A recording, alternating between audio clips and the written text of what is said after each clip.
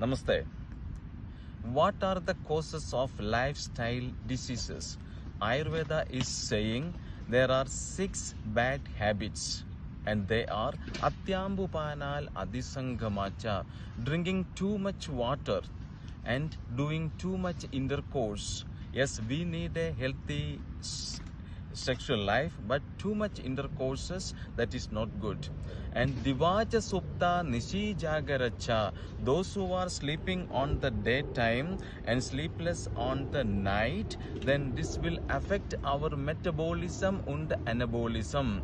Atyashanal Mutra Purusha Thirodhal. Atyashanal means eating too much and blocking our secretions. Okay, we want to go to pee. The body is prepared for urinate and we are blocking it.